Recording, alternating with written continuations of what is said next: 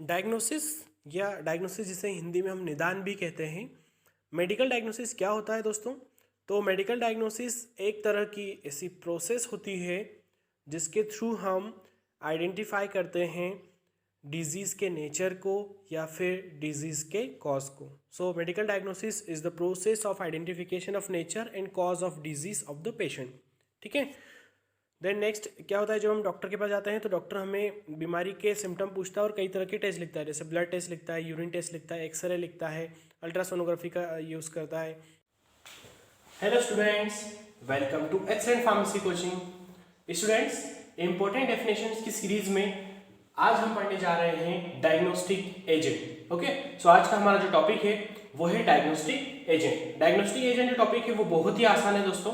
जैसा कि मैं हर बार बताता हूँ, किसी भी टॉपिक को पढ़ने से पहले अगर हम माइंड में ये सेट कर ले कि वो टॉपिक बहुत ही आसान है तो वो सच में वो टॉपिक बहुत ही आसान हो जाता है। ठीक है, सो आइए स्टार्ट करते हैं आज का वीडियो। डायग्नोस्टिक एजेंट, नाम से क्लियर हो रहा है, डायग्नोस्टिक एजेंट ऐसे एजेंट्स जो कि डायग्नोसिस में मदद करते हैं। डायग्नोसिस जिसे हिंदी में हम निदान कहते हैं, या हम और थोड़ा सा सिंपल लैंग्वेज में समझने की कोशिश करें तो बीमारी का पता लगाना कि पेशेंट को कौन सी बीमारी है। ठीक है, तो हम डायग्नोसिस करवाते हैं। जैसे हम डॉक्टर के पास जाते हैं, जब भी कोई हमें बीमारी होती है तो हम डॉक्टर के पास जाते हैं। डॉक्टर हमसे सिम्टम पूछता है, लक्षण पूछता है, क्या हो रहा है, कब से हो रहा है, कैसे हो रहा है। उसके बाद वो कुछ टेस्ट लिखता है। ठीक है, वो टेस्ट हम लेबोरेटरी में जाके, जैसे ब्लड टेस्ट लिखता है, खून की जांच करवाता है, या यूरिन की जांच करवाता है, या फिर वो एक्सरे करवाता है हमसे, या फिर वो सोनोग्राफी करवाता है। ठीक है, अलग अलग तरह के डायग्नोस्टिक टूल्स होते हैं। तो ये जो टेस्ट डॉक्टर करवाता है, उस टेस्ट के ऊपर जो रिजल्ट आता है उसी से डॉक्टर को पता चलता है कि पेशेंट को कौन सी बीमारी हुई है और इसकी वजह क्या है और इसे किस तरह का ट्रीटमेंट देना चाहिए। ठीक है, सो आज हम वही पढ़ रहे हैं, डायग्नोस्टिक एजेंट। आज के ये जो डायग्नोस्टिक एजेंट होते हैं, ये डायग्नोस्टिक एजेंट किसी बीमारी को ठीक नहीं करते हैं, लेकिन बीमारी को पहचानने में जो मेडिकल प्रैक्टिशनर होता है उसकी मदद करते हैं। ठीक है, तो डेफिनेशन देखते हैं सबसे हम पहले। Diagnostic agents are the chemical substances which are used in diagnosis of disease. ठीक है, ये एजेंट्स ऐसे एजेंट्स होते हैं जो कि केमिकल सब्सटेंस से बने हुए होते हैं और ये यूज होते हैं कहाँ पर? डायग्नोसिस ऑफ डिजीज, बीमारी का डायग्नोसिस करने में, या बीमारी का निदान करने में, या बीमारी का कारण जानने में और बीमारी का नेचर जानने में, बीमारी किस वजह से हुई है और किस तरह की बीमारी है, एक्यूट है या फिर क्रोनिक है। ठीक है, सो सिंपल सी बात है, वर्ड से क्लियर हो रहा है। डायग्नोस्टिक एजेंट्स ऐसे एजेंट्स जो कि डायग्नोसिस में मदद करते हैं, डिजीज के डायग्नोसिस में मदद करते हैं, उनको हम बोलते हैं डायग्नोस्टिक एजेंट। ठीक है, नेक्स्ट डेफिनेशन देखते हैं। डायग्नोस्टिक एजेंट्स आर केमिकल और substances used to detect abnormalities in tissue and organ और टू टेस्ट ऑर्गन फंक्शन। ठीक है, यहाँ पर भी सेम है। डायग्नोस्टिक एजेंट ऐसे केमिकल या फिर सब्सटेंसेस होते हैं जिनका यूज किया जाता है क्या डिटेक्ट करने में? एबनॉर्मलिटी। ठीक है, हमारी बॉडी में अगर कोई डिजीज नहीं है, कोई बीमारी नहीं है तो हम नॉर्मल हैं। ठीक है, लेकिन कोई ऑर्गन अगर प्रॉपर तरीके से फंक्शन नहीं कर रहा है या उस फंक्शन करते समय उस ऑर्गन को कुछ प्रॉब्लम हो रही है तो वो कहलाती है एबनॉर्मलिटी। नॉर्मल का जस्ट अपोजिट एबनॉर्मल, नॉर्मल और एबनॉर्मल। ठीक है, नॉर्मल मतलब हेल्दी, एबनॉर्मल मतलब डिजीज, बीमारी। ठीक है, तो डायग्नोस्टिक एजेंट ऐसे केमिकल या फिर ऐसे सब्सटेंसेस होते हैं जो कि डिटेक्ट करते हैं, निर्धारित करते हैं एबनॉर्मलिटी को। ठीक है, जो असामान्यता हुई है हमारी बॉडी में या हमारे टिश्यूज में या फिर हमारे ऑर्गन्स में, उनको उनका निर्धारण करने में या उनका पता लगाने में मदद करते हैं। ठीक है, जैसे आप स्वस्थ है, अभी आपको कोई प्रॉब्लम नहीं है तो आप स्वस्थ कहलाएंगे, लेकिन आपको कोई प्रॉब्लम होने लगी, जैसे पेट दर्द होने लगा या एसिडिटी होने लगी या हेडेक होने लगा, तो क्या है, हमारी बॉडी के टिश्यूज या ऑर्गन जो है उनके अंदर एबनॉर्मलिटी आने लगी, कुछ ना कुछ केमिकल चेंजेस हुआ या फिर कुछ ना कुछ इरिटेशन हो रहा है ऑर्गन को, इसलिए वहां पर टिश्यू और ऑर्गन के अंदर एबनॉर्मलिटी क्रिएट हुई। ठीक है, तो ये एजेंट्स क्या करते हैं?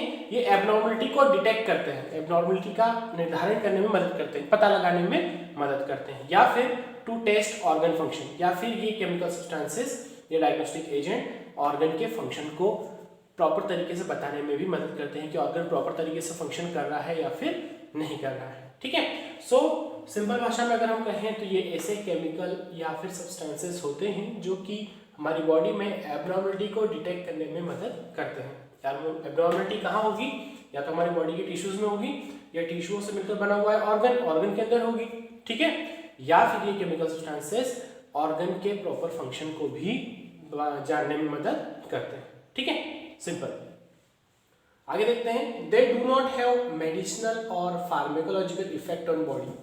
ये जो एजेंट्स होते हैं जिनको हम यूज करते हैं बॉडी के अंदर, तो इनको हमारी बॉडी में कोई मेडिसिनल इफेक्ट नहीं होता है, न ही कोई फार्मेकोलॉजिकल इफेक्ट होता है। मतलब ये हमारी बॉडी में मेडिसिन की जैसे वर्क नहीं करते हैं। जैसे हम इससे पहले की जो डेफिनेशन देखी उनमें हमने एंटी ट्यूबरकुलर एजेंट देखा, एंटी लेप्रोसी एजेंट देखा, तो वो क्या थे, वो मेडिसिनल सब्सटेंसेस थे। वो हमारी बॉडी में जब जाते थे तो वो फार्मेकोलॉजिकल इफेक्ट दिखाते थे, किसी न किसी बैक्टीरिया को मारेंगे या कम करेंगे उसकी ग्रोथ को। लेकिन ये एजेंट्स सिर्फ डायग्नोसिस में मदद करते हैं, इसके अलावा इनका बॉडी में कोई दूसरा यूज नहीं होता है।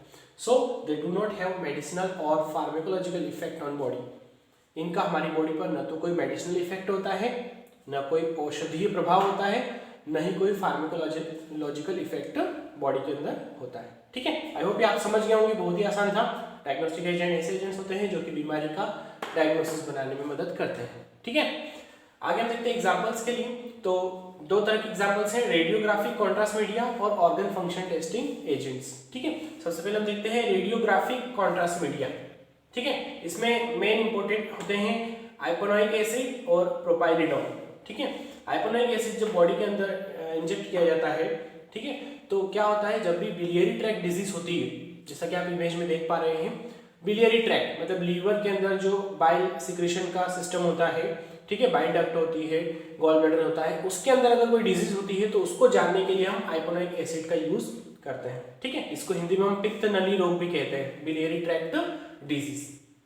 ओके, नेक्स्ट है प्रोपाइलिडोन। प्रोपाइलिडोन क्या होता है, प्रोपाइलिडोन ब्रोंकियल ट्रैक्ट डिजीज को डिटेक्ट करने में मदद करता है। ब्रोंकियल ट्रैक्ट डिजीज, ठीक है, रेस्पिरेटरी ट्रैक्ट, जैसा कि आप इमेज में देख पा रहे हैं, रेस्पिरेटरी ट्रैक्ट के अंदर ब्रोंकस होते हैं। उन ब्रोंकियल ट्रैक्ट के अंदर अगर कोई बीमारी हो जाती है तो उसको डिटेक्ट करने में या उसको पता करने में, उसको डायग्नोस करने में प्रोपाइलिडोन केमिकल का यूज होता है।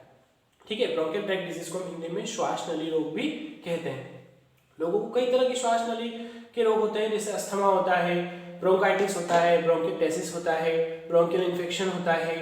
ठीक है, ब्रोंकियल सिकुड़ जाती है, पेशेंट को सांस लेने में प्रॉब्लम होती है। तो ये सारी बीमारी को जानने के लिए हमें इस केमिकल का यूज बॉडी के अंदर करना पड़ता है, प्रोपाइलिडोन का।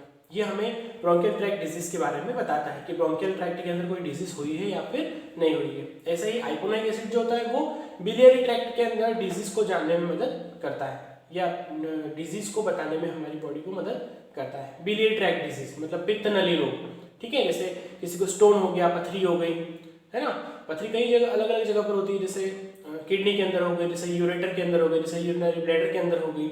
यहाँ पर जो गॉल ब्लैडर होता है उसके अंदर भी स्टोन होता है। तो बिलियरी ट्रैक्ट डिजीज जितनी भी होती हैं उनको जानने में आइपोनोइक एसिड जो होता है इसका यूज किया जाता है। नेक्स्ट है ऑर्गन फंक्शन टेस्टिंग एजेंट। कुछ ऐसे भी एजेंट होते हैं जो कि ऑर्गन के फंक्शंस को टेस्ट करने में मदद करते हैं या ऑर्गन के फंक्शन को जानने में मदद करते हैं। जैसे कई बार हमारी बॉडी के अंदर लीवर के अंदर इन्फेक्शन हो जाता है, तो लीवर का प्रॉपर फंक्शन कर पा रहा है या नहीं कर पा रहा है, ये जानने के लिए हम लीवर फंक्शन टेस्ट कराते हैं। कई बार किडनी में कोई डिजीज हो जाती है, उसको जानने के लिए हम किडनी फंक्शन टेस्ट करवाते हैं, जिसको RFT या KFT भी बोलते हैं। ठीक है, RFT कहें रीनल फंक्शन टेस्ट या KFT कहें, दोनों का मतलब एक ही होता है, RFT रीनल फंक्शन टेस्ट या फिर KFT किडनी फंक्शन टेस्ट। ठीक है, इसके अलावा कॉर्नियल डिजीज ऑप्थेल्मिक प्रैक्टिस में यूज होती है, तो हम देखते हैं वन बाय वन। सबसे फर्स्ट है सल्फोब्रोमोप्थेलिन। सल्फोब्रोमोप्थेलिन जो केमिकल होता है जो कि एक डायग्नोस्टिक एजेंट के जैसा काम करता है, ये हमारी बॉडी में LFT मतलब लीवर फंक्शन टेस्ट जब हम करवाते हैं लेबोरेटरी के अंदर, तो ये केमिकल का यूज किया जाता है, सल्फोब्रोमोप्थेलिन।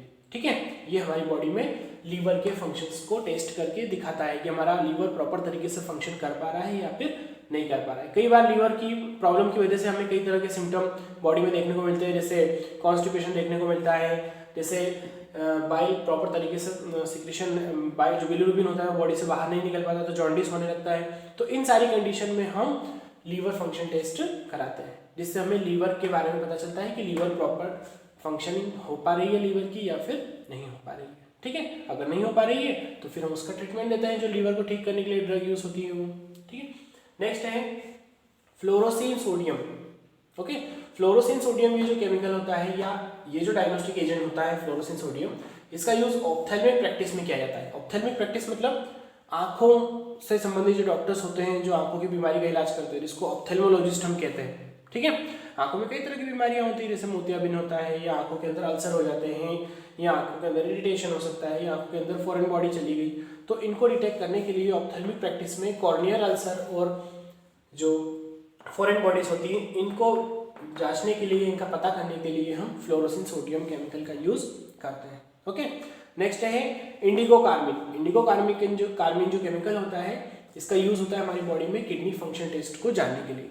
हमारी बॉडी में किडनी जो होती है वो एक वाइटल ऑर्गन होती है, और किडनी क्या करती है, हमारी बॉडी में जितना भी फ्लूइड होता है उस फ्लूइड को फिल्टर करके वेस्ट को अलग करती है और यूजफुल सब्सटेंसेस को अलग करती है। तो यहाँ पर इंडिगो कार्मिन जो केमिकल होता है उसका यूज किया जाता है किडनी के फंक्शंस को जानने के लिए, किडनी प्रॉपर तरीके से फंक्शन कर रही है या फिर नहीं कर रही है, ठीक है।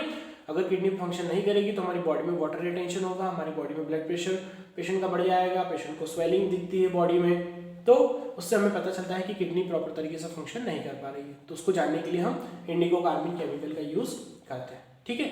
नेक्स्ट है कॉन्गोरेट। कॉन्गोरेट ये जो केमिकल होता है, इसका यूज किडनी और लीवर दोनों तरह की बीमारी को जांचने में किया जाता है, ठीक है। जब भी हमारी बॉडी में किडनी में या लीवर में कोई इन्फेक्शन होता है तो कॉन्गोरेट केमिकल या कॉन्गोरेट डायग्नोस्टिक एजेंट का यूज करके पता लगाया जाता है कि प्रॉब्लम किडनी में है या फिर प्रॉब्लम लीवर में है, ठीक है। फिर उसके अकॉर्डिंग उसका ट्रीटमेंट किया जाता है।